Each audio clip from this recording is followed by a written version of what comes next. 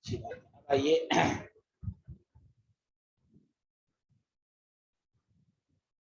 Topic डालिए। आज ये खत्म, ग्रुप 16 शुरू होगा, थोड़ा सा इसमें टॉपिक डालिए। दिस इज लेकिन ये इम्पोर्टेंट अराउंड रीड टेस्ट। कौन सा टेस्ट पढ़ने जा रहे हैं बताइए? Around read test. Very yes. सबसे पहला पॉइंट वाइज लिखिए, इम्पोर्टेंट है, आप लैब में भी करेंगे और थ्योरेटिकल पेपर में भी आपको आएगा। इस test is used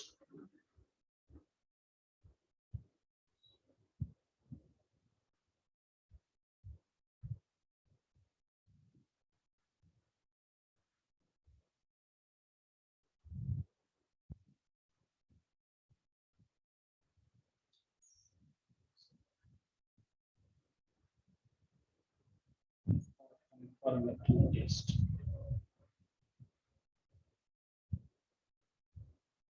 Test of nitrate ion. सबसे पहला ऑब्जेक्टिव तो ये पूछा जाएगा किसके लिए, confirmatory test of nitrate ion. बस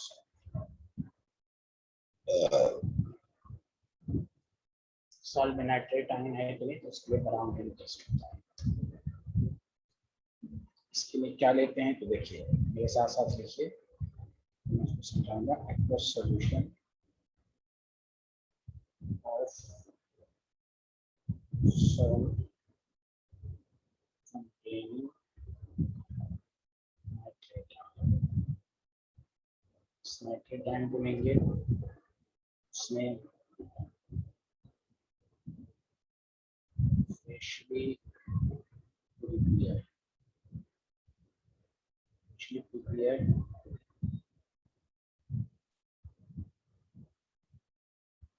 solution of, क्यों लेते हैं फ्रेश, तो सब आपको रिमार्क्स मैं दिखाऊंगा। टेस्ट में क्या क्या लेते हैं वो मैं लिख दिए सारे को। एंड कॉन्सेंट्रेटेड स्टीरोल, ये जो है ना हाइड्रेट सोल्यूट, एकदम तेजी से नहीं, हाइड्रेट सोल्यूट, ये तीनों मिलकर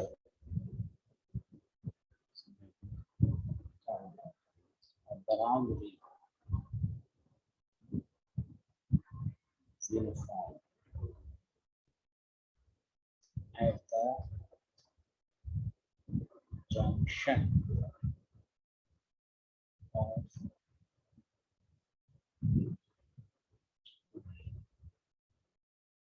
FeSO4 और H2SO आपस में डिसॉल्व नहीं होता है, indicates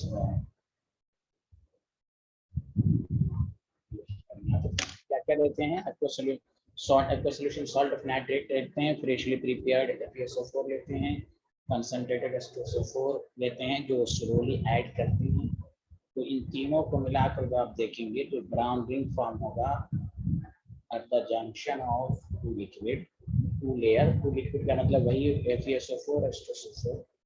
इसकी वजह से पता चलेगा कि उसमें नाइट्रेट आयन है। क्या आप लोगों ने यहाँ तक लिखा?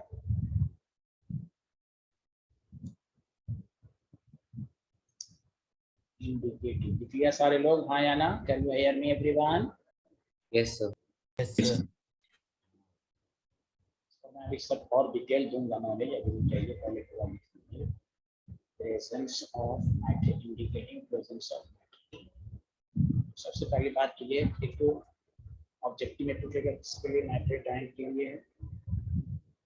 आप देखिए इसको में रिएक्शन को कैसे याद करेंगे, वो सारे लोग रिएक्शन का लिखना आपको आना चाहिए। सारे लोगों ने लिख लिया होगा। देखिए पहला स्टेप क्या होता है, देखिए नाइट्रेट आयन है, लिखना ये लिखिएगा नहीं, नाइट्रेट आयन है, ठीक है। सॉल्ट में नाइट्रेट आयन है, ये आप याद रखिएगा। फिर FeSO4 है, फेरस सल्फेट है, इससे Fe+4 बस। आप क्या कीजिए, आपको ये याद रखिए कि सबसे पहली बात याद रखिए, ब्राउन रिंग कॉम्प्लेक्स जो बनता है ना, उसमें NO बनना चाहिए, NO। NO बनना चाहिए। पहले ये समझे कि NO3 NO में कन्वर्ट होगा और फेरस फेरिक में कन्वर्ट होगा, अपने से याद रखिए। मैं 12 मिसाल देता हूँ आपको कि आपको रिएक्शन पर फुल्ली करना। ब्राउन रिंग है तो ब्राउन रिंग के अलावा आपसे क्वेश्चन पूछा जाएगा, एग्जामिनर क्या करेगा, ये नहीं लिखेगा, प्रोडक्ट नहीं लिखकर आपको यहाँ लिख देगा H+, यहाँ लिख देगा H+ प्रोडक्ट। आपको डेप्थ में पढ़ना, ये नहीं कि वो कैसे ब्राउन रिंग का पढ़ लिया ये हो गया प्रोडक्ट, नहीं, कोई ठीक नहीं कहेगा इसका प्रोडक्ट बना। तो आपको याद रखने का तरीका, ब्राउन रिंग हमेशा याद रखिए NO की फॉर्मेशन की वजह से बनता है। पहले NO बनेगा, क्या बनेगा जल्दी बताइए, क्या बनेगा? NO। ये सब लोग 10 दफा दिमाग में रखेंगे। अब ये रिएक्टेंट का लिखना तो आसान, NO3 नाइट्रेट में है, फेरस है, ये इसलिए मैं समझा के पढ़ा रहा हूँ। NO फेरस फेरिक, क्योंकि ऑक्सीडाइजिंग एजेंट है, जो NO3 ऑक्सीडाइज करेगा फेरिक में, और अपने से बैलेंस करना है इसको। यहाँ +5 ऑक्सीडेशन स्टेट है, यहाँ +2, N फैक्टर कितना होगा, चेंज इन ऑक्सीडेशन नंबर 3, यहाँ +2 है, यहाँ +1 है, 3 1, इसकी कॉपी उसको से, इसको 1 से, इसको 3 से। अब नाइट्रेट N है, नाइट्रेट 3। अब ऑक्सीजन बैलेंस नहीं है, 3 है, यहाँ 1 है, तो 2 वाटर ऐड कीजिए। तो ये कोई हर चीज को इंटरेस्ट लेके पढ़िए, कोई रट्टुमल की जरूरत नहीं। ये पहला स्टेप होगा, जब तक ये माइंड में सेट नहीं होगा ब्राउन रिंग कॉम्प्लेक्स फॉर्मेशन होता है तो पहले नाइट्रेट आयन फेरस मिलकर NO बना था, NO अब सेकंड स्टेप में आएगा, NO पहले बनना चाहिए, क्या बनना चाहिए, NO। अच्छा, अब आपको हमेशा कभी भी केमिस्ट्री में दे दे NO3 + Fe+2, आपको दे दे H+, क्या प्रोडक्ट बना, तो हमारी तैयारी हर तरह से होनी चाहिए। NO3 NO में कन्वर्ट होगा, Fe+2 Fe+3 में कन्वर्ट होगा। बैलेंस करने का तरीका मैंने बता दिया कैसे करना है, वाटर लिखकर इधर बैलेंस कर। तो ये आया, सबको समझ में आया ना? Hello everyone, hello everyone, yes sir, yes.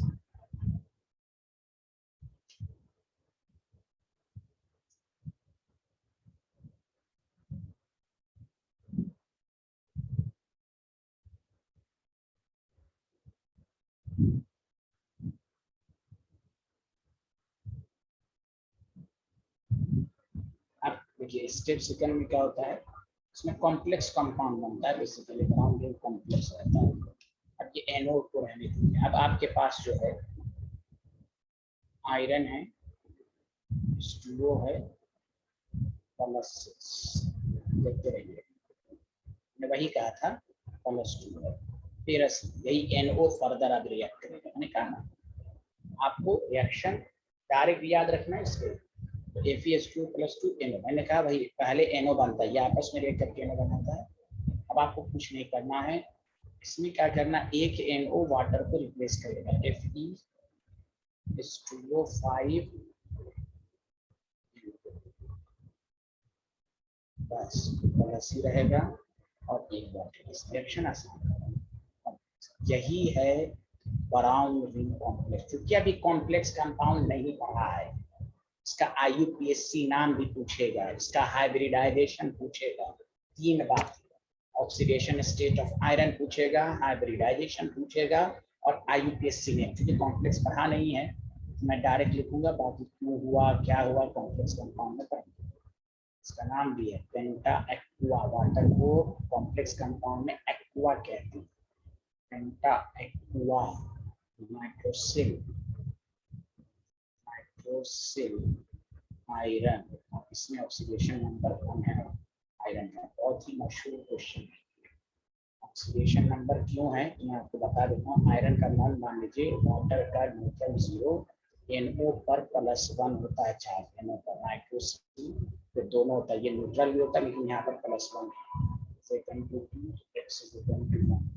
ये आए प्रीवियस ईयर का क्वेश्चन है कि ऑक्सीडेशन स्टेट आयरन का बताएं, this is called brown ring, यही है मैटर। कोई भी पूछेगा ब्राउन रिंग क्यों बनता है, तो पहले NO बनाइए, NO का कॉम्प्लेक्स के साथ रिएक्शन कराइए, एक H2 को रिप्लेस करेगा, तो ये है ब्राउन, डायरेक्ट पूछेगा ब्राउन रिंग कॉम्प्लेक्स का फॉर्मूला, बताइए सबको समझ में आया? हेलो एवरीवन, हेलो एवरीवन, कुछ तो बोलिए। सर वो नाम नाम तो बाद में पढ़िएगा। ऐसे पेंटा एक्वा नाइट्रोसिल आयरन फर्स्ट। अब ये क्यों नाम पड़ा? कॉम्प्लेक्स कंपाउंड में पूरा आपको आईपीएससी में चैप्टर ही है, समझ रहे ना आप? तीसरा चैप्टर, लास्ट चैप्टर पहले बुक का, ओके? उसमें आप Yes, sir. पढ़ेंगे। हाँ अभी बस लिख ले चुके, अभी समझाएंगे भी तो आपको नहीं समझ में आएगा। वो आप पढ़िएगा। लिगेंड का नाम पहले पढ़ते हैं, ये सब पढ़ते हैं। एक्वा क्यों पढ़ा गया ये सब पढ़िएगा। लिगेंड पढ़िएगा, सब उसमें आ जाएगा। थोड़ा सा पेशेंस। मैं इसलिए लिख दिया कि हो सकता है कहीं आपको अभी पी ब्लॉक फर्स्ट टाइम में ऑब्जेक्टिव आए, उसमें नाम भी याद रख लीजिए। पेंटा एक्वा, वाटर को एक्वा कहते हैं, 5 कार्बन है।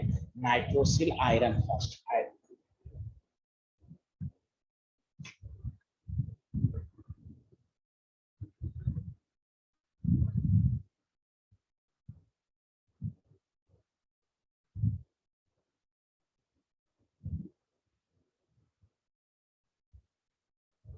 ब्राउन रिंग में पूछ देगा विच chemical is used, ferrous sulphate याद रखिए। फ्रेशली प्रिपेयर्ड, ये सब नाम एकदम बीच बीच का पॉइंट सब याद रखिए, ऊपर ऊपर नहीं करना है। देख लिया सारे लोग? हाँ या ना जल्दी बताइए। Yes sir. Done sir. Very good. अच्छा, आपके माइंड में आएगा क्वेश्चन, ये नोट लिख लीजिए, क्योंकि एजर्शन रीजन में कुछ कोई ठीक नहीं है, कुछ भी पूछ सकता है। मेरे साथ साथ लिखिए। अफ्रेशली, देखिए अफ्रेशली प्रिपेयर, मेरे साथ साथ लिखिए। A freshly prepare ferrous sulphate, ferrous sulphate solution है ना ब्राउन रिंग टेस्ट।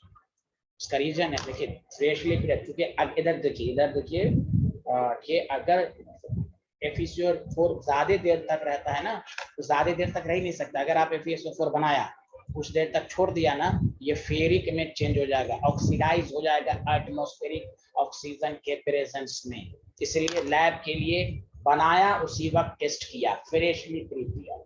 अगर यही FeSO4 बना के छोड़ दिया तो FeSO4 बचेगा ही नहीं, वो बिहारी ऑक्सीडाइज हो गया होगा। अब ब्राउन रिंग टेस्ट होने के लिए हमें FeSO4 चाहिए, फेरिक नहीं चाहिए। फेरिक तो बनता है बाद में। सुना? हेलो एवरीवन, यार बताओ ना। Yes sir.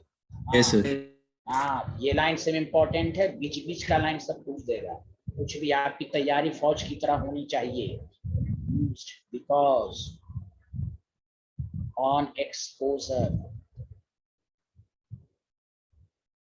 द एटमॉस्फेयर, थोड़ा भी टाइम लग जाएगा ना, it is oxidized, it is oxidized।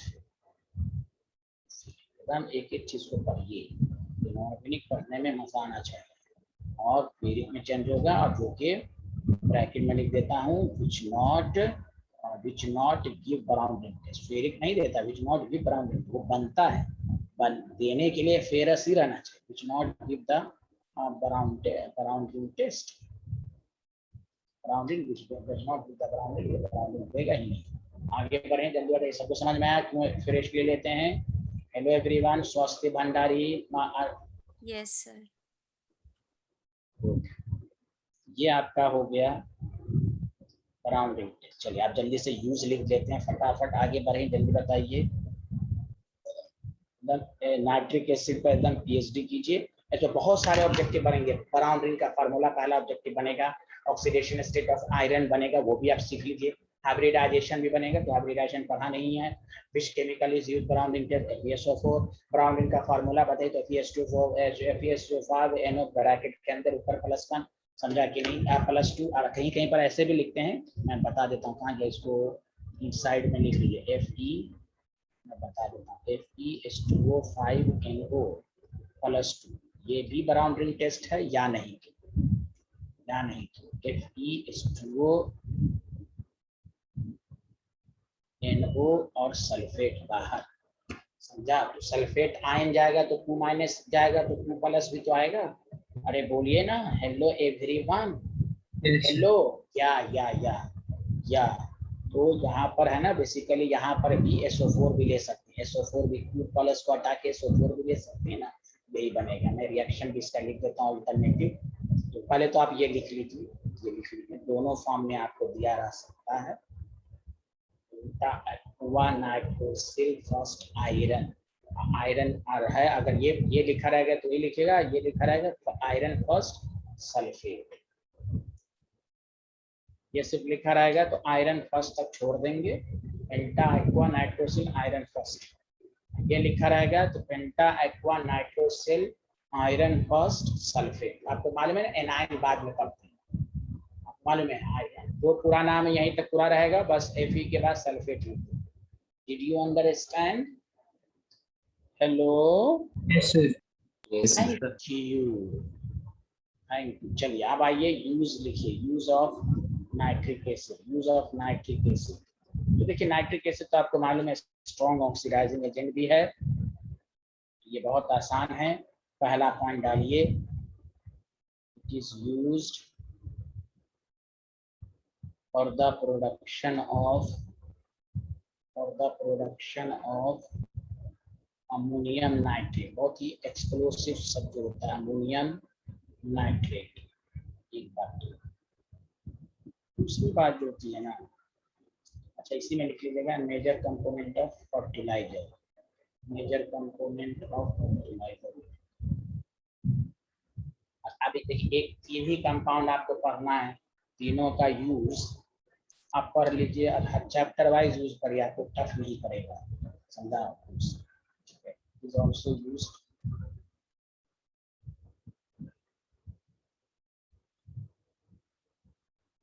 for producing explosive substance। बम वगैरह बनाना हो एक्सप्लोसिव, जैसे नाम सब याद रखिए, नाइट्रोग्लिसरीन, सब में बनाने में ग्लिसरीन, TNT ट्राई नाइट्रोटॉलीन, सब एक्सप्लोसिव सब्सटेंस होता है, टॉलीन, TNT, समझा? आगे बढ़ते हैं।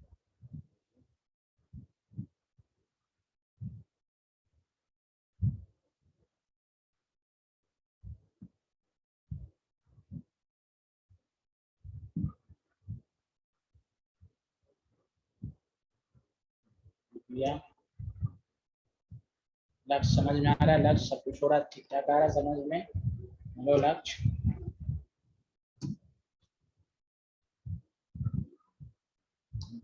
सारे लोगों ने, it is used for the manufacture of ammonium nitrate fertiliser, it is used for producing explosive substance nitroglycerine, TNT। ठीक है, यस इसमें ये भी लिख लीजिए, ऑर्गेनिक में ये सब नाम आएगा तरीके से, पहले ही चैप्टर में आएगा तरीके से।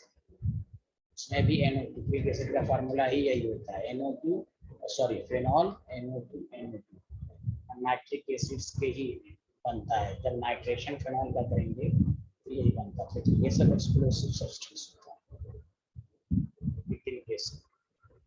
ट्राई नाइट्रोटॉलीन भी बोले तो आप बस टॉलीन लिख दीजिए और तीनों पर NO2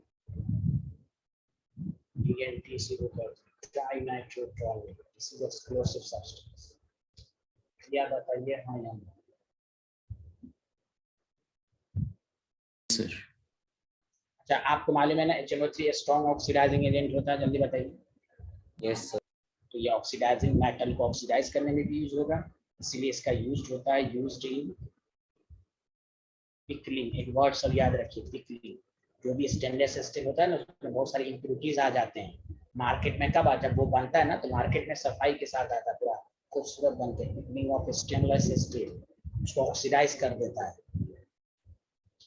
stainless steel, pickling of stainless steel.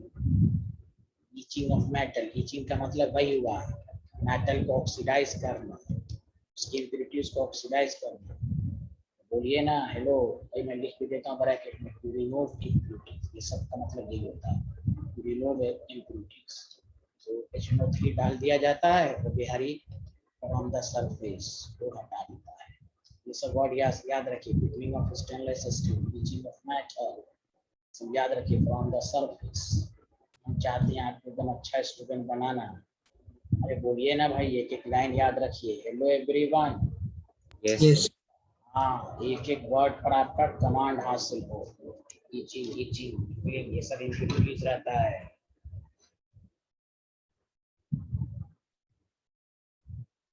Clear तो बताइए।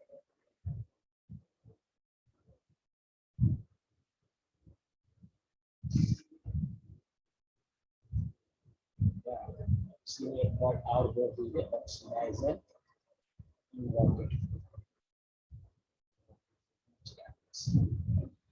देखिए डाई नाइट्रोजन में भी आपने देखा था ना, अमोनियम, अमोनिया के बनाने में हुआ था, अमोनियम सॉल्ट के बनाने में हुआ था। डाई नाइट्रोजन का मेन यूज क्या था? रेफ्रिजरेंट, लिक्विड डाई नाइट्रोजन, याद आया? लिक्विड डाई नाइट्रोजन रेफ्रिजरेंट के फॉर्म में इस्तेमाल हुआ था। और एक हॉस्पिटल में कहाँ इस्तेमाल होता है, याद है किसी को? लिक्विड डाई नाइट्रोजन कहाँ इस्तेमाल होता है हॉस्पिटल में? Cryo surgery. क्या नाम याद है? याद है सबको? Hello hello. Yes, sir. Yes, हाँ, Yes. ये सब रिपीट कराता हूँ, आपको याद रहे। क्रायो सर्जरी, जो टिश्यूज भर जाते हैं ना उसको गलाने के। उसी तरह देखिए नाइट्रिक एसिड का खत्म हो गया, बस दो। देखिए चैप्टर वाइज आप याद कीजिएगा ना तो आपको बहुत आसान पड़ेगा। मैं बहुत, अब ये खत्म हो गया। एक और अमोनिया बहुत छोटा सा है, उसको लिखिए फिर ग्रुप 60 उससे। तो भाई nitric acid explosive substance, ammonium nitrate, filtering of stainless steel, वो सब एक लाइन में याद हो जाए, ध्यान रखना। चलिए आगे बढ़े, जल्दी बताइए। Hello everyone. yes, sir. अब आइए अमोनिया, बहुत आसान है, जल्दी से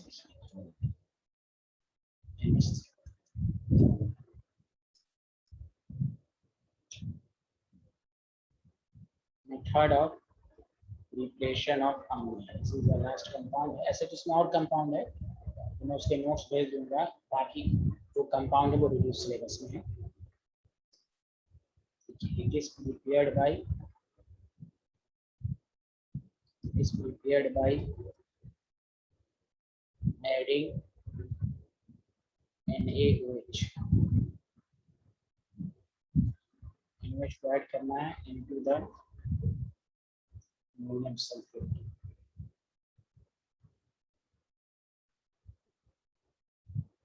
पहला अमोनियम सल्फेट होता है NaCO4 प्लस NaOH। ये बात नहीं है, इसका एक तो बन जाएगा NO2SO4।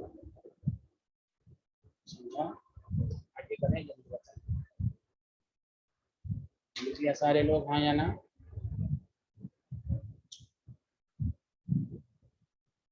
Plus ammonia plus ammonium sulphate है तो NO2SO4 अमोनिया और H2O। एनी प्रॉब्लम, जल्दी बताइए। No, sir. दोनों से मल्टीप्लाइड कर दीजिए।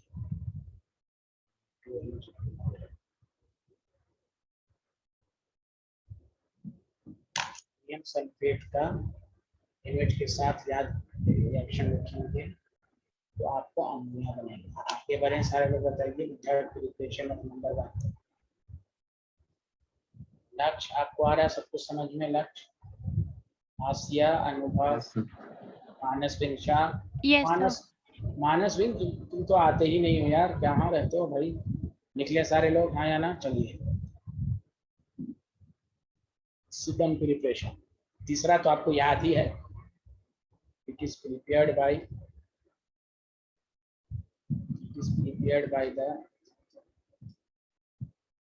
Reaction of ammonium chloride with caustic soda CaO2। तो बेस है आपके पास NaCO4Cl है, अमोनियम है, CaO2। बस पहला तो देखिए कुछ नहीं करना है, CaCl2 बनेगा, वाटर बनेगा, अमोनिया, अमोनियम है तो अमोनिया इस तरह करके। NaCO4 है तो NaCO3 कर दीजिए, Cl2 है आपके पास।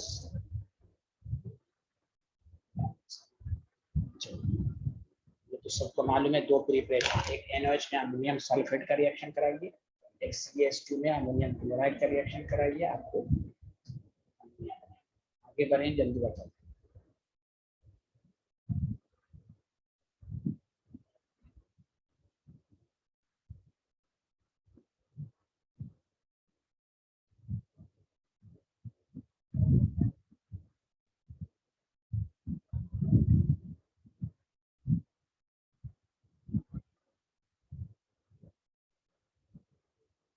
गया?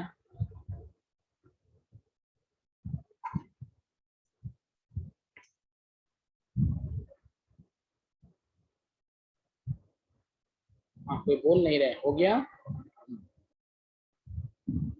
Yes, sir. अब आइए हैबर्स प्रोसेस। देखिए सारे लोग बताइए, ऑस्टवॉल प्रोसेस किसके लिए इस्तेमाल होता है? ऑस्टवॉल प्रोसेस किसकी प्रिपरेशन होती है ऑस्टवॉल प्रोसेस में? जल्दी बताइए, ऑस्टवॉल प्रोसेस में किसकी प्रिपरेशन होती है? ऑस्टवॉल प्रोसेस से हम क्या बनाते हैं? स्वास्थ्य भंडारी। ऑस्टवॉल प्रोसेस, ये सब चुप है, अरे पढ़ा नहीं है? Nitric acid, nitric acid, yes. First भी नहीं आता था, फिर भी उसको आता है। तो भाई पढ़ाया नहीं था, सबको आवाज नहीं आ रही है? Hello, Yes. खैर चलिए, हैबर्स प्रोसेस में आपको बहुत आसान है, अमोनिया की फॉर्मेशन है, N2+3H2 गैस है।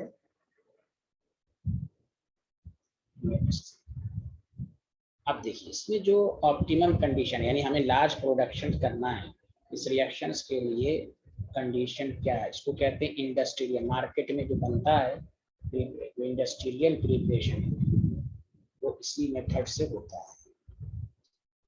ऑप्टिमम कंडीशन, इसको लार्ज स्केल में प्रोडक्शन करने के लिए सुनिए अच्छे से। पहला टेम्परेचर, मैंने कहा था ना इनटू रूम टेम्परेचर पर नहीं रिएक्शन करता, तो बहुत ज़्यादा हाई टेम्परेचर चाहिए, टेम्परेचर लगभग 700 केल्विन। दूसरा प्रेशर भी हाई चाहिए, याद है नहीं है? प्रेशर बढ़ाते हैं तो इक्विलिब्रियम किधर जाता है? जिधर के प्रेशर कम हो नंबर, इसलिए फॉरवर्ड डायरेक्शन में जाएगा। प्रेशर जो है 280, ये याद रखिए, ये सब डेटा पूछा जा चुका है कि अमोनिया लार्ज स्केल पे बनाना है तो टेम्परेचर कितना होना चाहिए, प्रेशर कितना होना चाहिए। तीसरी बात कैटेलिस्ट, देखिए पुरानी थ्योरी के मुताबिक आयरन, लेकिन आप मॉडर्न कंसेप्ट में कहेंगे आयरन ऑक्साइड। ठीक है, आयरन ऑक्साइड, ऐसे आयरन भी होता है लेकिन विथ, आपको याद रखना K2O and Al2O3 as promoter. ये प्रोमोटर का काम करता है जो कैटलिस्ट की एक्टिविटी को बढ़ाता है, ये याद रखिए, कैटलिस्ट से रेट फास्ट होता है। ये इंडस्ट्रियल हैबर्स प्रोसेस में ये कंडीशन रहेगी, तभी अमोनिया ज्यादा स्केल में बनेगा। समझ में बात आ रही है? Hello everyone,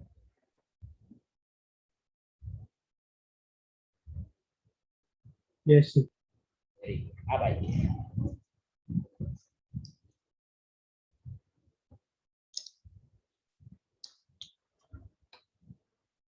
everyone noted down this slide. Yes, sir. अब आइए प्रॉपर्टीज। अच्छा बताइए, डाई नाइट्रोजन में क्या लिखा था? Tasteless, colourless, odourless and non toxic. ये चार लाइन याद है सबको? उसी तरह ये कलरलेस होगा, पहली बात। कौन सा गैस होगा जल्दी बताएं? Colourless gas. हाँ, दूसरी बात, अब अभी ग्रुप 16 से पहले मैं थोड़ा सा ABCD का क्वेश्चन देकर मैं आपको बताऊंगा कि इसकी इंपॉर्टेंस क्या है पंजेंट में। और पूरे पी ब्लॉक में 3 कंपाउंड में पंजेंट, क्लोरीन में भी पंजेंट में आएगा और सल्फर डाइऑक्साइड में भी आएगा। और अभी मैं आपको इंपॉर्टेंस बताऊंगा इन सब लाइन की, पंजेंट में या अदर, इसके अंदर बहुत ही तेज मार्क होती है, समझा? देखिए, it has higher boiling point,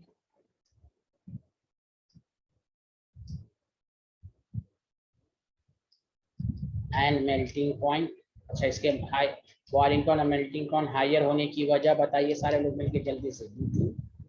presence of, हाँ very good, presence of hydrogen bond, very good. Melting point में तो पूरे हाइड्राइड में तो सबसे ज्यादा इसी होता है, बॉइलिंग पॉइंट में तीसरा नंबर है और सबसे ज्यादा BH3, लेकिन है हाइड्रोजन बॉन्ड, वेरी गुड। जल्दी लिखिए नेक्स्ट पॉइंट पे, it is highly soluble in water. बताओ वाटर में भी सोलबल होने का रीजन बताओ जल्दी से। हेलो हेलो, हाँ very good very good, it is highly soluble in water. वो हाइड्रोजन बॉन्ड बना लेगा because it forms hydrogen bond with water. जानते हैं, मैं ब्रैकेट में लिख देता हूँ, but phosphine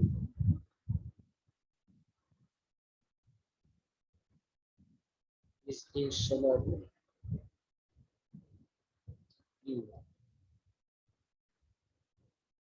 gives bubbles of gas. जब डिजॉल्व नहीं होगा bubbles forms bubble, forms bubbles.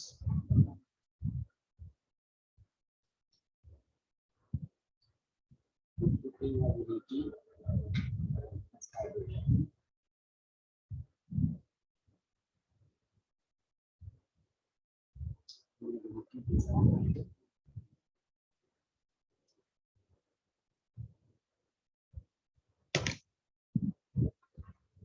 Sir बोलिए बोलिए। क्या हम ये भी कह सकते हैं कि ये पोलर मॉलिक्यूल है, तो पोलर पोलर इंटरेक्शन की वजह से सॉल्युबल होगा वाटर में? हाँ, ये भी कह सकते हैं पोलर है, लेकिन पोलर पोलर में डिजॉल्व होता है, ये भी सही है, लेकिन हैलो अल्केन में आप पढ़िएगा पोलर है, हैलो अल्केन पोलर है, बट इट इज इनसोल्युबल या immiscible in water. Okay, polar polar की वजह से भी डिजॉल्व है, लेकिन मेन क्राइटेरिया सॉल्युबिलिटी के लिए हाइड्रोजन बॉन्ड। पोलर पोलर में तो डिजॉल्व होता है, लेकिन हैलो अल्केन पोलर है, फिर भी वो इमिसेबल है, उसका रीजन आप पढ़ेंगे। ठीक है, हेलो, आप कह सकते हैं पोलर है, लेकिन हाँ, हर जगह पोलर में थोड़ी सी प्रॉब्लम होती है, तो पोलर भी है, हाइड्रोजन बॉन्ड भी है, आपका कहना सही है। क्लियर सारे लोग, हाँ या ना? यहाँ तक लिख लिया? Yes sir. अब आई, जो मैं बात लिखवाने वाला हूँ, इस पर रिएक्शन भी दूंगा, रिएक्शन बहुत ही मिसलेनियस है। मैं फिर से बोल रहा हूँ, मैंने कहा ब्रैकेट के अंदर मेटल और एल को कहते हैं लीगेंड। ये कॉम्प्लेक्स का एल होता है लीगेंड, इलेक्ट्रॉन डोनर, ये होता है डी ब्लॉक मेटल, दोनों मिलकर कॉम्प्लेक्स कंपाउंड बनाता है। तो आप गौर से सुनिए, पूछिएगा नहीं। Due to presence of lone pair electron on nitrogen, ammonia acts as a Lewis base, base है लेकिन उस बेस का नाम है Lewis base. On nitrogen ammonia acts as Lewis base, electron donor आप पढ़ चुके हैं, and forms linkage with matter.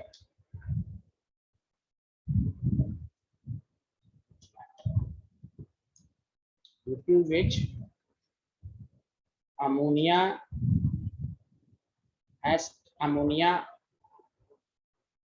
acts as ligand।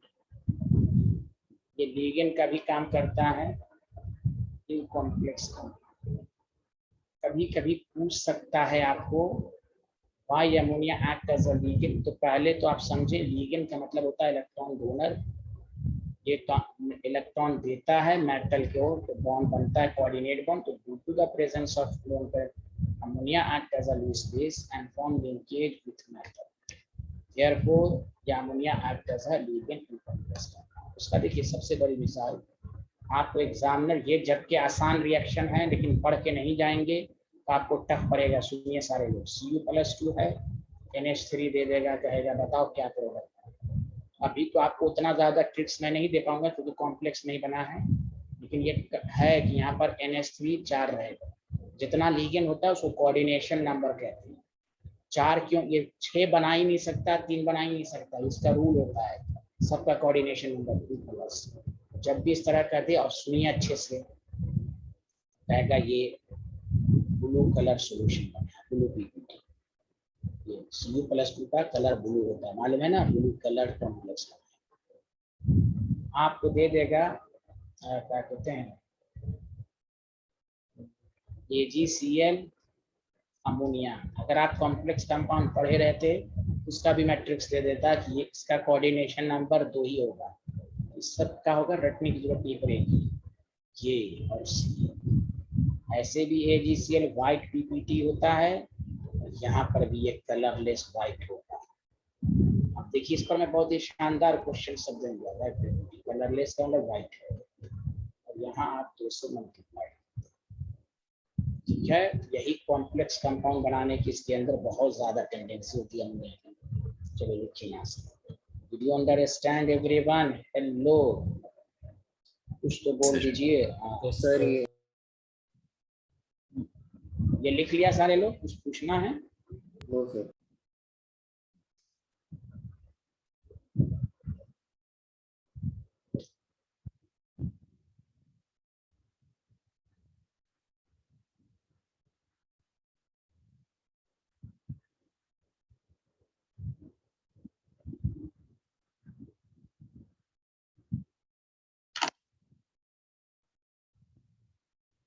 Sir due to which ammonia act as के बाद क्या लिखा है? Ligand, LIGAND, ligand. Ammonia act as a ligand in complex compound. Ammonia act as a ligand in complex compound. Clear सारे लोग? Yes sir.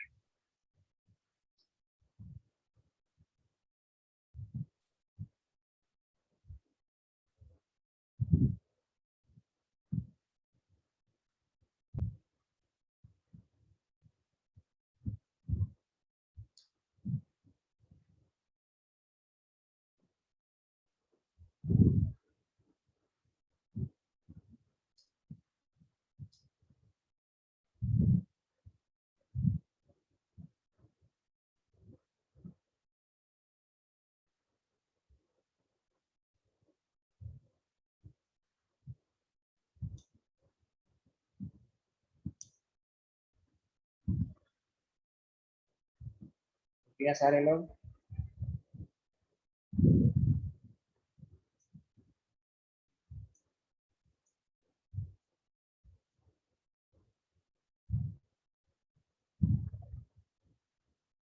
Done.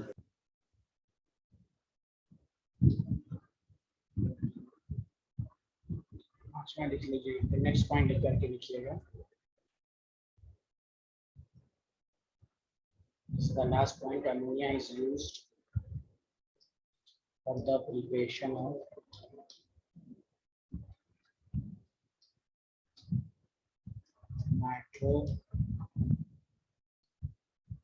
nitrogenous fertilizer. Liquid ammonia जो होता है, देखो लिक्विड अमोनिया भी यूज एज रेफ्रिजरेंट। तो बताओ, refrigerant में अब तक दो का इस्तेमाल हो चुका है, अमोनिया और dinitrate. Liquid ammonia is used as refrigerant, यही दो मेन यूज होता है। देखिए मैं एक क्वेश्चन के जरिए मैं आपको थोड़ा सा सिखाना चाह रहा हूँ। एक ग्रुप 15 की सारी इंफॉर्मेशन खत्म।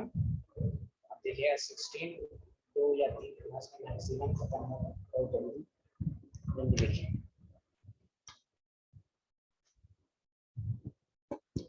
ई ब्लॉक के बाद ऑर्गेनिक होगा।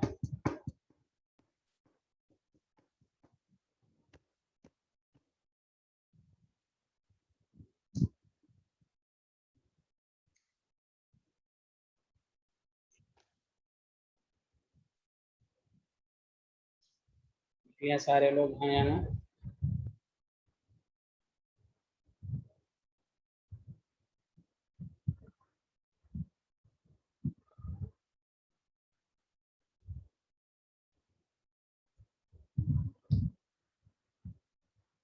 देखिए मैं क्वेश्चन करके आपको ये बताना चाहता हूँ कि आप प्रॉपर्टीज पर खास ध्यान दें। देखिए क्वेश्चन लिखिएगा, adding of NaOH the solution of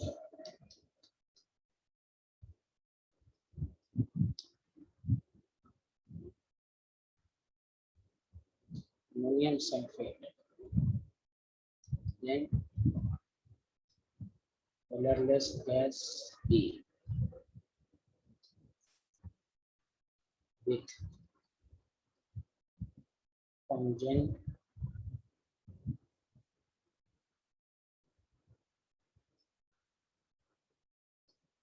Tangentesimal.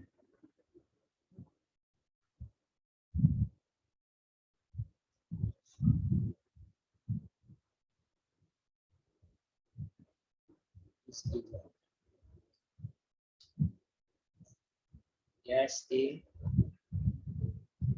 combined with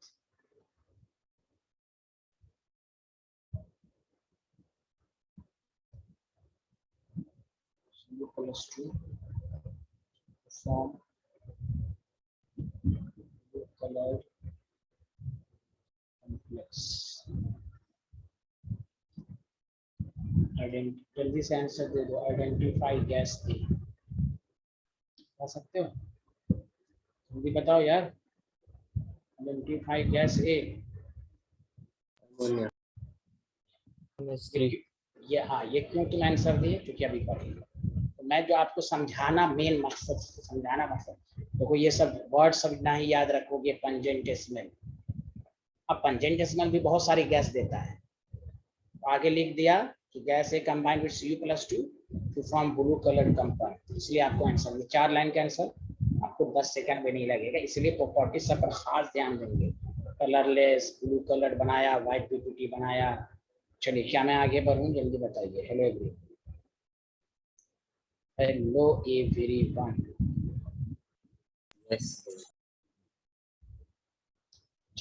next page पर टॉपिक डालिए. ये ग्रुप 15 के बारे में हो गया. नेक्स्ट टॉपिक डालिए ग्रुप 16.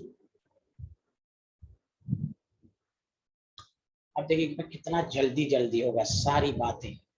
ग्रुप 16 जल्दी लिखिए. ऑक्सीजन, सल्फर, सेलुरियम, पोलोरियम, पोलोनियम. ऑक्सीजन 8, 16, 34, 32, 84. जल्दी लिखिए. Helium, US², 2p4.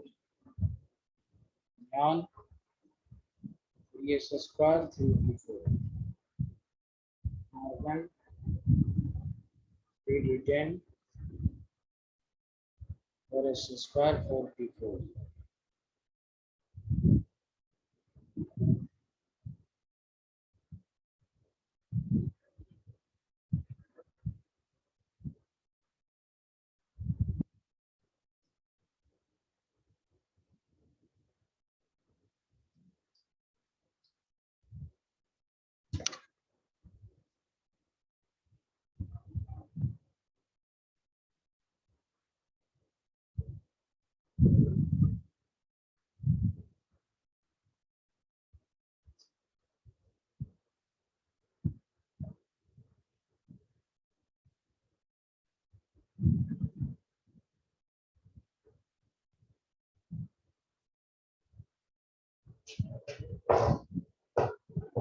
Completed, everyone completed? Yes, sir. Yes sir. सारी इंफॉर्मेशन लिख लें. ऑक्सीजन, सल्फर जो होता है non metal. Selenium, tellurium, metalloids. Metalloids के नीचे क्या होता है? जल्दी बताओ. मेटलोइड्स के नीचे किसी भी पी ब्लॉक के ग्रुप में क्या होता है? जल्दी बताओ ना. Metal. मेटल. हाँ, polonium, radioactive metal.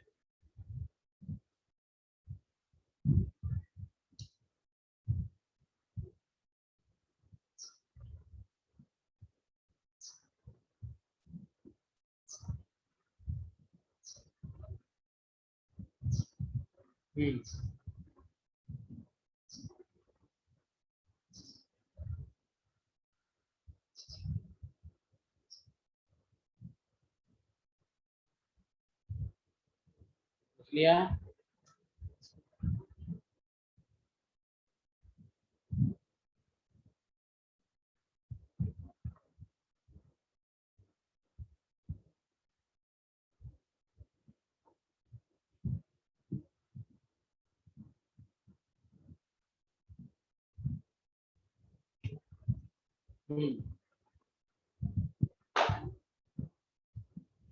Hello, लिख लिया.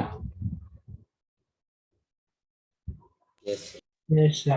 पहला oxidation state, tendency to loss और गेन इलेक्ट्रॉन जो है तो ये है। तो देखिए मैंने आपको पी ब्लॉक का जनरल ऑक्सीडेशन का रिवीजन होगा। जनरल फार्मूला बताया था Ve minus A to V. देखिए ऑक्सीडेशन स्टेट ऑफ ग्रुप 16 -2 से +6 याद रखिए। दूसरा कॉमन ऑक्सीडेशन स्टेट जो है वो +4 एंड +6।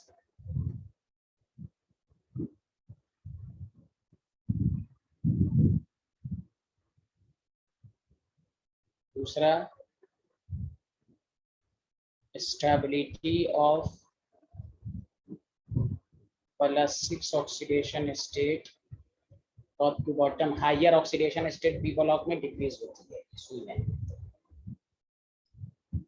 सल्फर +6 ज्यादा स्टेबल है, सिलेरियम +6, टेलुरियम +6 और पोलोनियम +6। ऑक्सीजन तो +6 बनाता ही नहीं है। अच्छा अब देखिए स्टेबिलिटी ऑफ +4। अब कोई पूछे जिससे पढ़ा है +4 तो बताओ increases from top to bottom. याद आया सबको? तो बोलो बताओ क्यों होगा? Yes very good. मैंने नहीं कहा था कि बहुत जल्दी खत्म होगा। देखो यही ऑक्सीडेशन स्टेट समझाने में आधा घंटा लगा था मुझे ग्रुप 15 में। इसलिए मैं बारहा कह रहा हूँ हिम्मत नहीं हारो, ग्रुप 15 को पढ़ो। 16 17 बहुत जल्दी होगा, कोई खास बात है ना, लेकिन मजबूत पढ़ो मजबूत। सारा रिवीजन हो गया आपका। तो इसमें आपको S+4 से ज्यादा Se+4 Ge+4 O+4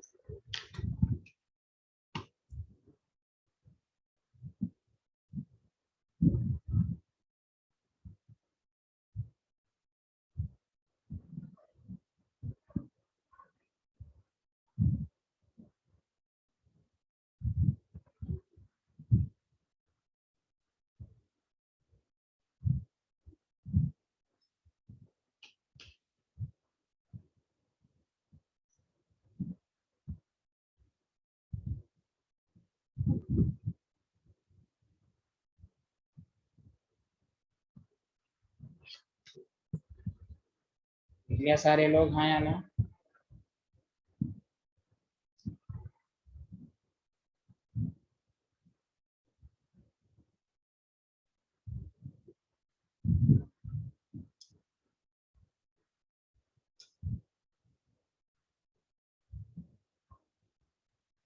hello everyone. Answer. Group 15 में मैंने बताया था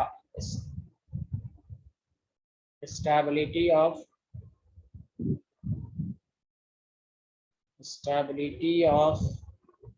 -2 oxidation state decreases from top to bottom,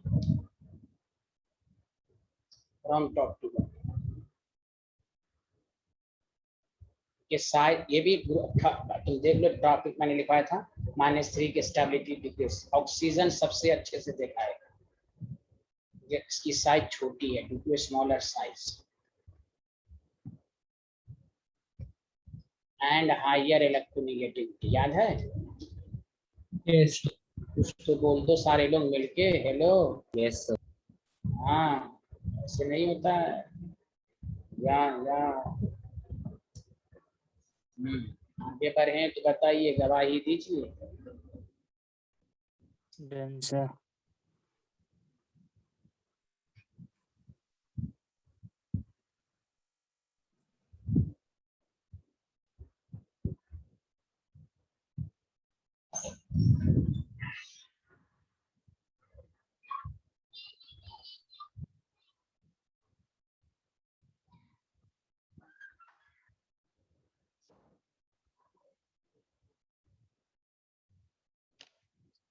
लिख लिया? बताइए आगे बढ़े।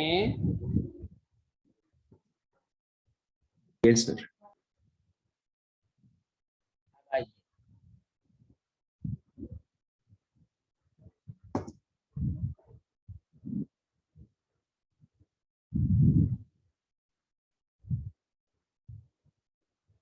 ऑक्सीडेशन स्टेट के बाद सेकंड पॉइंट आइए।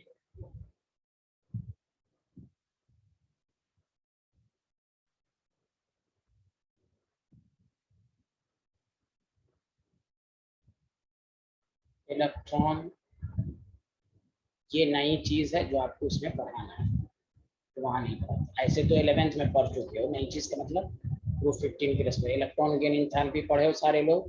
हाँ या ना, जल्दी बताइए। Yes sir.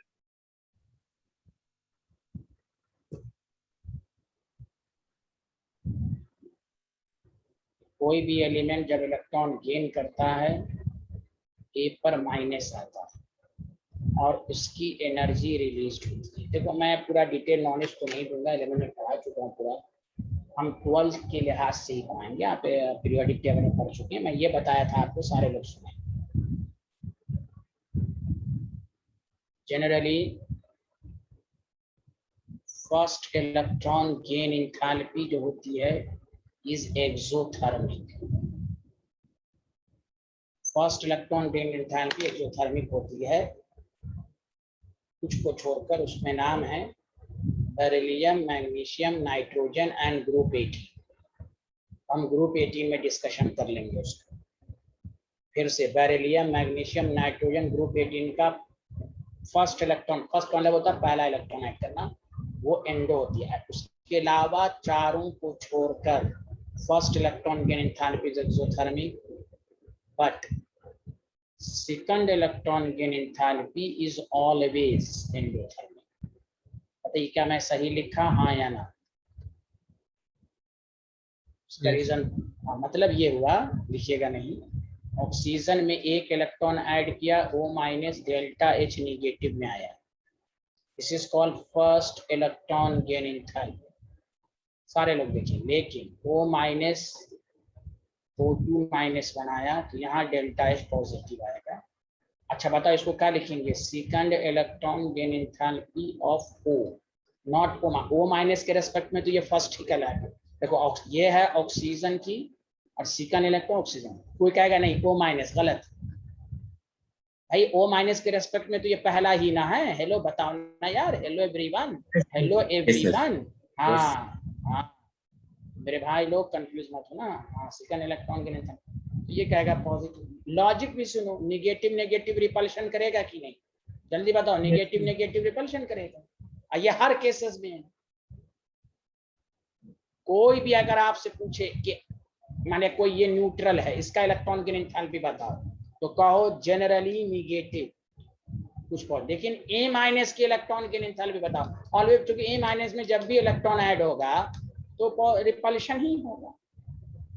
तो न्यूट्रल एटम का जो होता है जनरली नेगेटिव होता है, वही है। पहले तो ये लाइन लिखिए जल्दी से।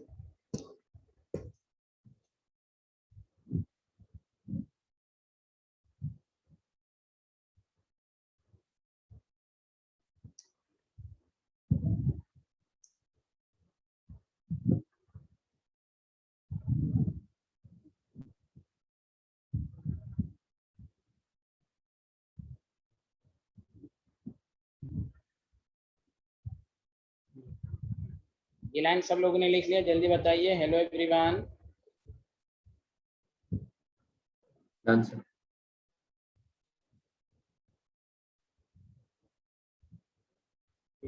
एन इलेक्ट्रॉन, ये सब पूरा लिख लीजिए आप जल्दी जल्दी। Is added to monovalent anion,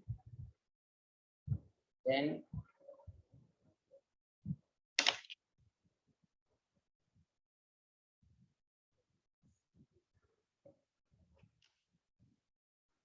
repulsion takes place, to which energy is required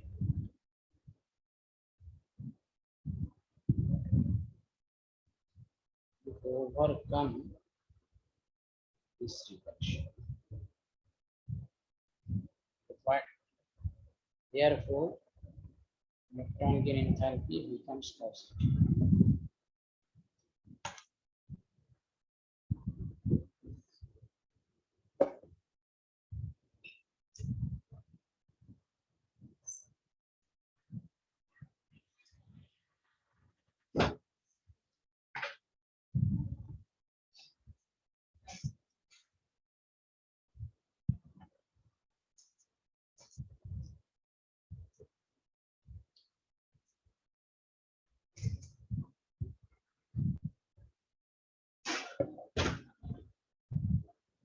लिख लिया?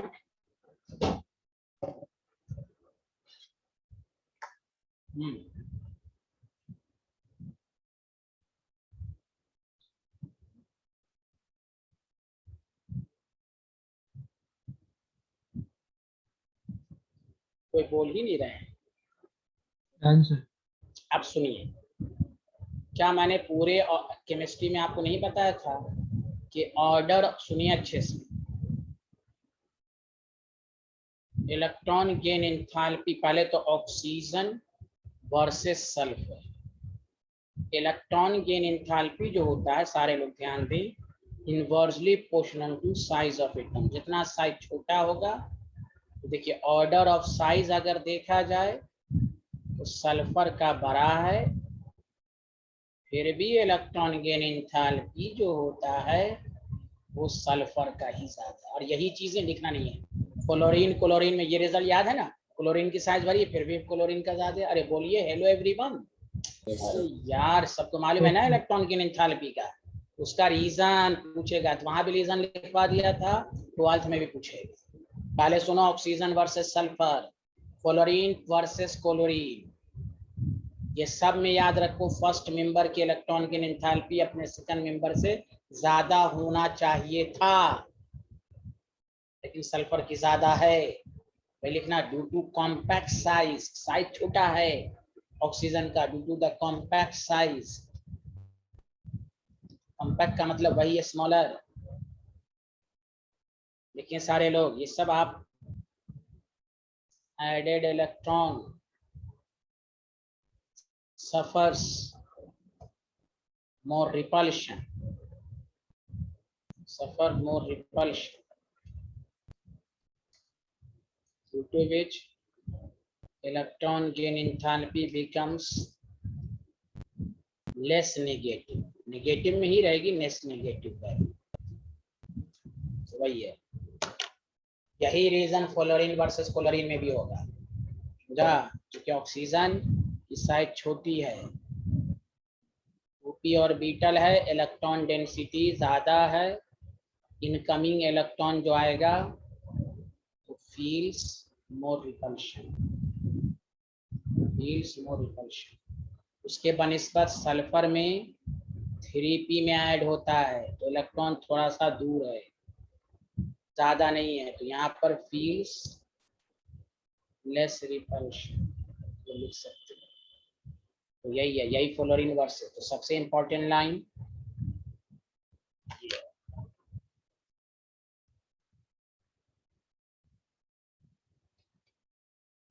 लिख लिया?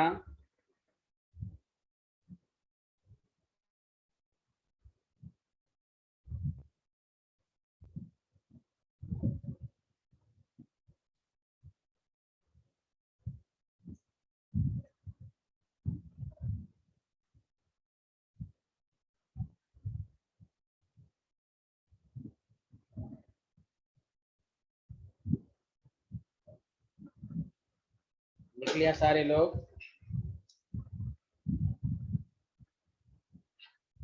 लक्ष्य समझ में आ रहा है? लक्ष्य आप बताइए प्लीज, लक्ष्य। Yes sir. हाँ, कोई दिक्कत है बिला झिझक पूछिए, शर्माइएगा नहीं। अच्छा, आप अपना नंबर मुझे भेजिए, मैं आपसे कुछ बात करूंगा व्हाट्सएप के जरिए, कुछ लेक्चर भेजूंगा ऑर्गेनिक का। जब तक आप 2-3 लेक्चर पहले देख लीजिए जीओसी का। ओके लक्ष्य? Okay sir. हाँ, क्योंकि अभी से थोड़ा सा पढ़ लीजिएगा तो आपको ऑर्गेनिक बहुत मजेदार। ये मेरा नंबर नोट कर लीजिए और अपना नाम लिख के, सर मैं लक्ष्य हूँ, मैं चाहता हूं कि आप पहले से 2-3 लेक्चर ऑर्गेनिक के GOC 11th वाला पढ़ लीजिएगा, उसमें फिर अलग से आपका क्लास लगा देंगे जो डाउट होगा। तो इधर तो पी ब्लॉक पढ़ रहे हैं हम लोग कि जब तक पी ब्लॉक खत्म हो हम आपसे चाहते हैं 3-4 वीडियो लेक्चर देख लीजिए। 99 4 दफा 9 278642। हाँ चलिए लिख लिया सारे लोग, हाँ या ना? हेलो एवरीवन, कुछ Yes. बोल ही, हाँ चलिए। लेकिन आप सुनिए जो मैंने 11th में भी बताया था, सुनिए, और 12th में भी है। ऑर्डर ऑफ इलेक्ट्रॉन के ओवरऑल ऑर्डर पूछा जाए, प्लीज सुनिए, बहुत ही इंपॉर्टेंट है। Oxygen, sulphur, selenium, tellurium, polonium. तो ये बात तो क्लियर हो गई कि सल्फर, लेकिन सल्फर के बाद ऑक्सीजन नहीं आता। ये इतना इंपॉर्टेंट है, सबसे लास्ट। देखो वही तुम ग्रुप 17 का पढ़ोगे तो उसमें फ्लोरीन, क्लोरीन, बोरोमीन, आयोडीन, तो क्लोरीन का ज्यादा है, फिर फ्लोरीन आता है। लेकिन 16 में according to the data oxygen की साइज इतनी छोटी है कि ओवरऑल ऑर्डर लिखने को आए तो मैं इस पर कितना स्टार पॉइंट बनाऊं वो कम है।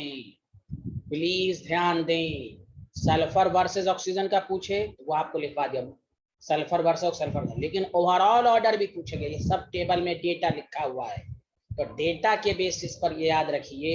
और सबसे कम का मतलब हुआ सब नेगेटिव में है, इसकी लेस नेगेटिव वैल्यू, ये मोर नेगेटिव वैल्यू। जितना नेगेटिव उतना अच्छी बात है, उतना एडिशन आसानी से होगा। More negative value of electron gain enthalpy. याद आया? ये सब 11th में लिखाया था ना, बोलिए ना। Yes, sir. बहुत अच्छे आदमी हैं आप।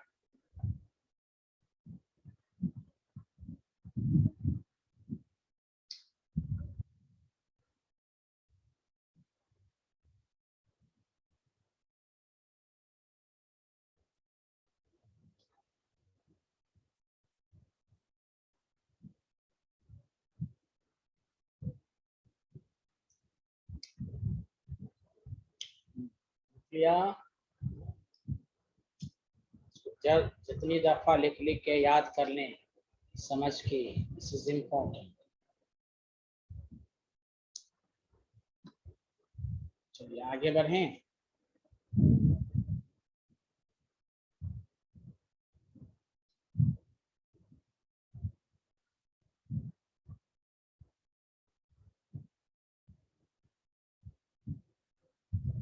less negative value of electron gain enthalpy.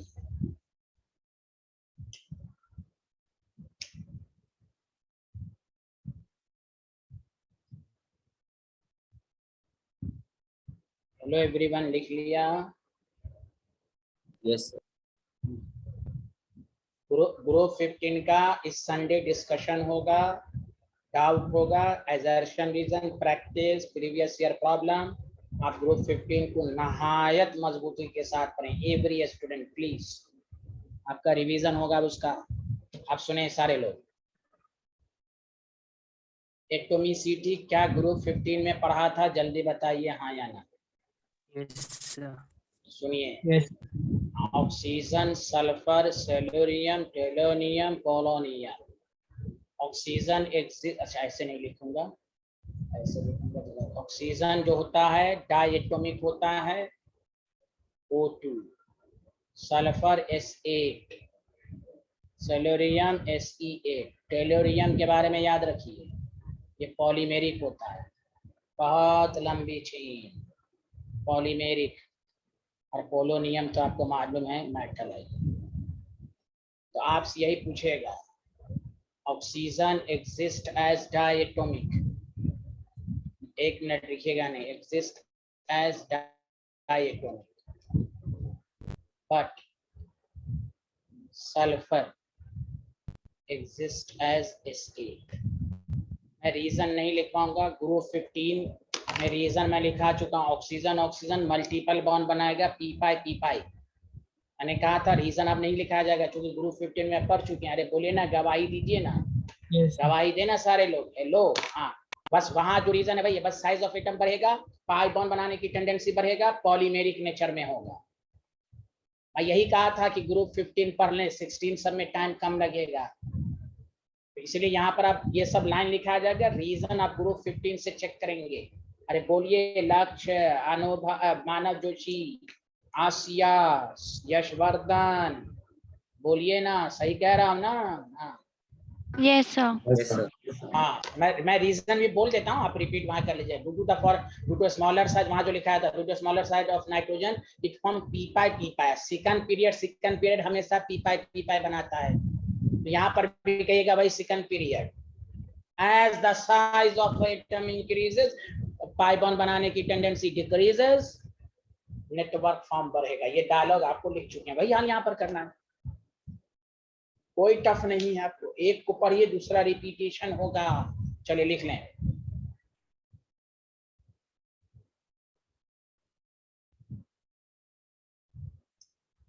अब इसमें एक नॉलेज वाली बात होगी, इंपॉर्टेंट बातें होंगी, गौर से सुनिए। लिख लिया आप लोगों ने, हाँ या ना?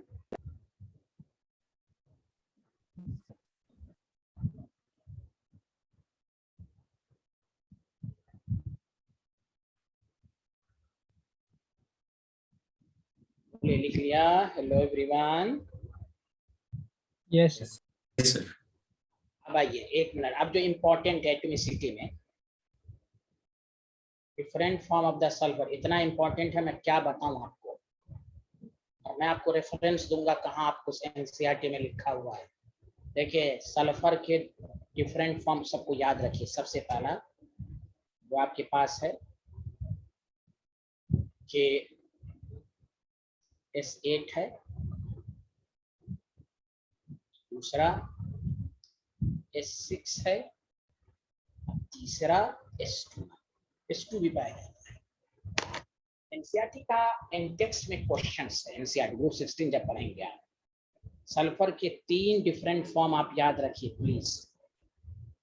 S8 का क्राउन शेप होता है, जैसे मिस वर्ल्ड या मिस इंडिया जब जीतती है तो क्राउन पहनाया जाता है ना, देखा है ना आप लोगों ने?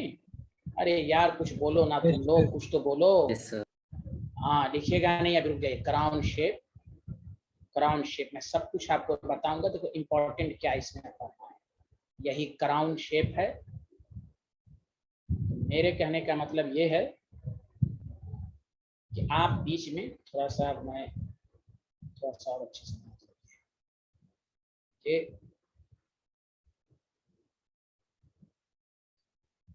क्राउन शेप जो है आपके पास आपको बनाना है।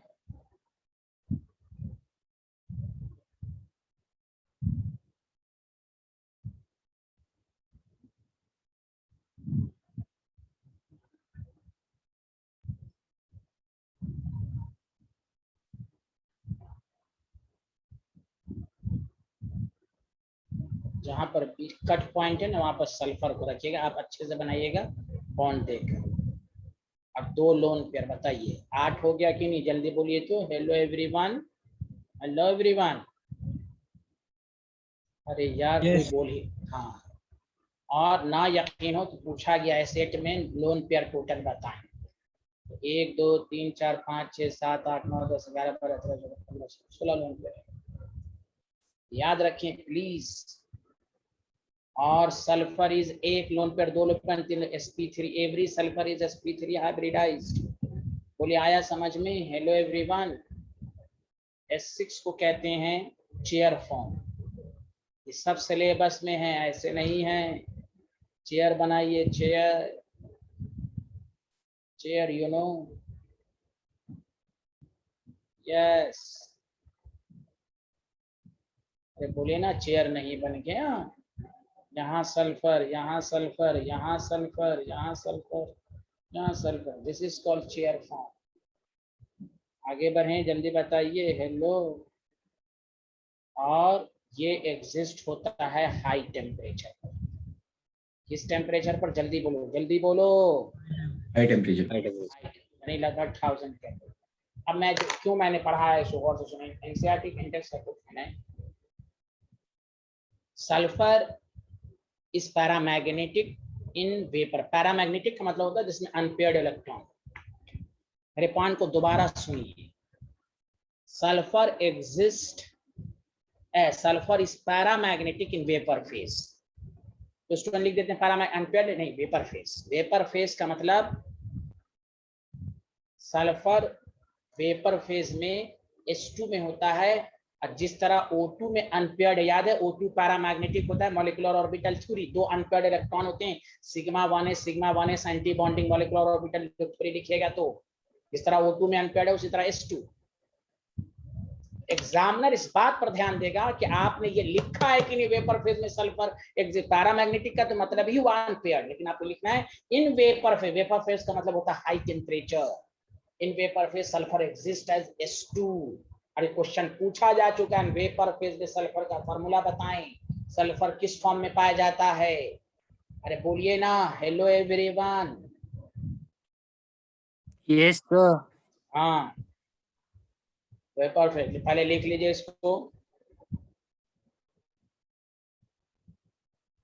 तीन डिफरेंट फॉर्म, एटोमिसिटी तो याद रखिए 8 है, सल्फर का जो डिफरेंट फॉर्म आपको बताया गया है उस पर आपकी रिसर्च होना चाहिए। ठीक है, दूसरा रिसर्च याद रखिए 107 एंगल, एकदम सब कुछ आपको आना चाहिए, सब कुछ 107, और यहाँ 102.2 दे देगा। ऐसा ऐसा क्वेश्चन सब देगा कि जमीन तारे पर हैं, तारे जमीन पर।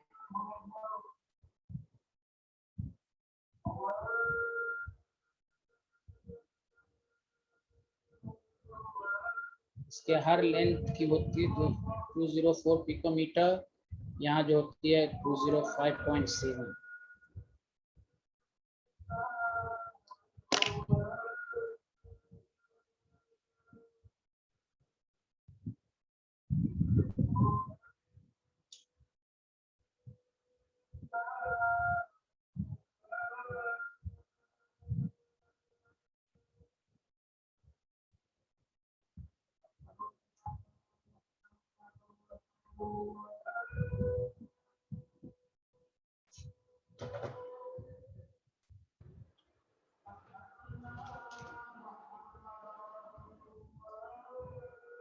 सर वो Everyone चेयर does- फॉर्म में 205.7 बॉन्ड लेंथ है ना? हाँ ये बॉन्ड लेंथ है, SS बॉन्ड, यहाँ 2 है, ये सारा बॉन्ड 204 पिकोमीटर है। एंगल याद रखिएगा 107 102.2 डिग्री। यहाँ पर भी 2 लोन पेयर है सल्फर के पास सब में।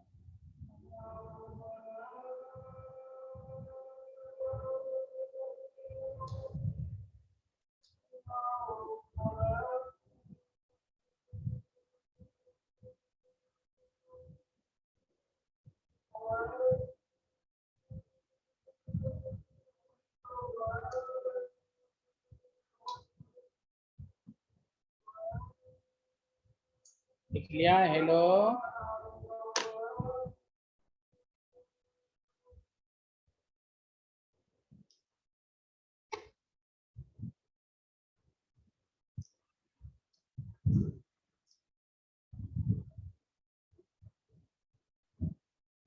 Yes.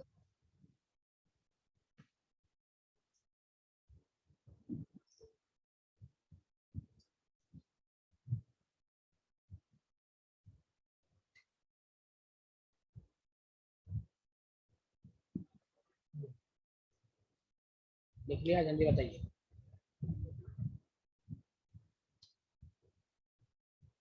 चलिए एक लाइन लिख के छुट्टी मैं करूंगा, लिखे सारे लोग।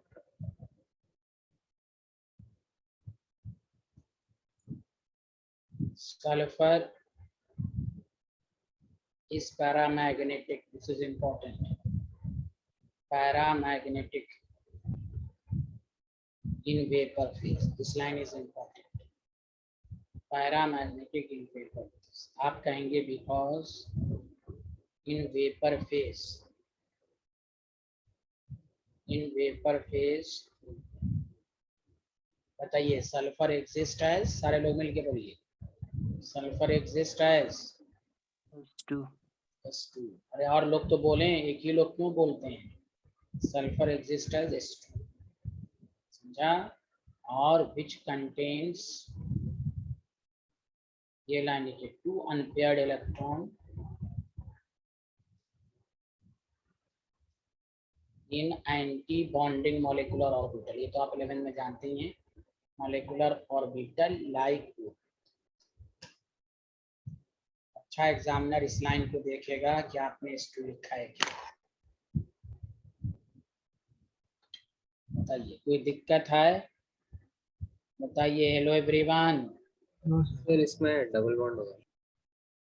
डबल बॉन्ड होगा लेकिन अनस्टेबल होगा।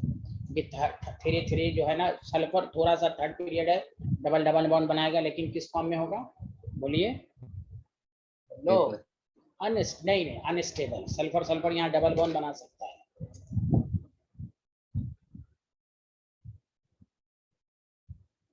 मैंने शायद डिस्कशन में बताया भी था कि कहीं कहीं बना सकता है लेकिन हाईली अनस्टेबल होगा, इसलिए तो ये रूम टेम्परेचर पर एग्जिस्ट नहीं कर रहा है। बोलिए ना हाँ या ना, बोलिए ना कुछ को। हेलो, हाँ, इसलिए sulphur sulphur multiple bond like होगी। यस, आपने सही क्वेश्चन पूछा कि वो में डबल है, यहाँ भी बनाएगा, लेकिन ये पाई बॉन्ड बहुत ही, एक तो पाई बॉन्ड वीक होता है, ये पाई बॉन्ड बहुत ही वीक होगा, इसलिए तो कहा गया कि रूम टेम्परेचर पर नहीं होगा, थोड़ा सा हाई टेम्परेचर होगा। आगे बढ़ें, बताइए।